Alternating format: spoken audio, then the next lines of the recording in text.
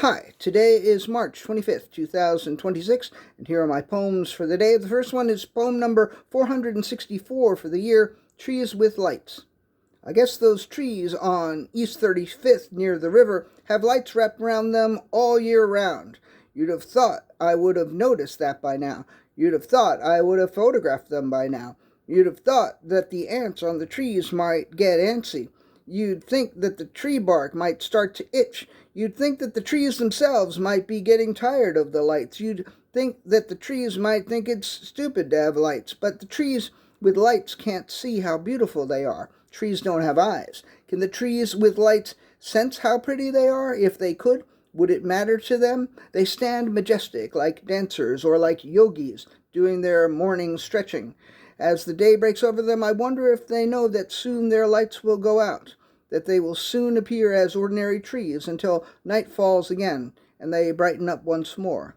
Poem number 465. Poem number 465, Knees with Rights.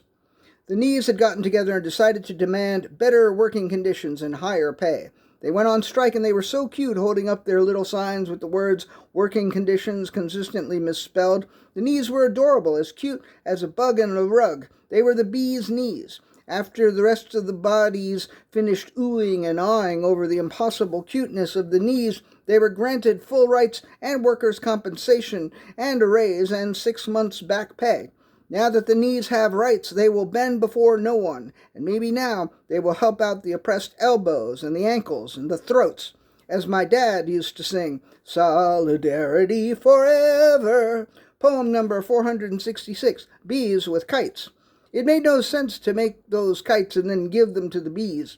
There was pandemonium as the bees flew around, not like bees, but like bees holding on to kite strings on a very windy day. Then, of course, the strings got all tangled up and wrapped around the poor little bees who had never asked if they might fly kites. Someone must have thought that bees with kites was a good idea, but that someone was wrong. There will be no honey for the dinner party. I just hope there will be enough cheese. Poem number 467, Cheese with Bites.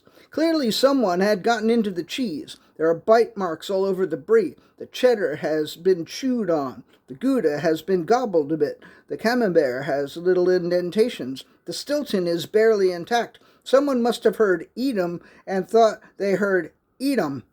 We simply cannot serve our guests cheese with bites. If we can't get a delivery in under an hour from the emergency cheese shop, the dinner party will be ruined. And the last poem of the day, poem number 468, Peas with Knights.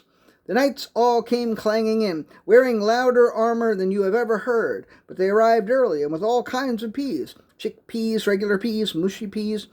Okay, maybe the knights only brought 3 kinds of peas. But that was more than enough because there was no honey and no cheese, and until the knights arrived, it looked as though the dinner party was going to be worse than even the worst Mary Richards dinner party. Those knights with peas in shining though loud armor really saved the day. All right, that's it. Thank you. I appreciate you.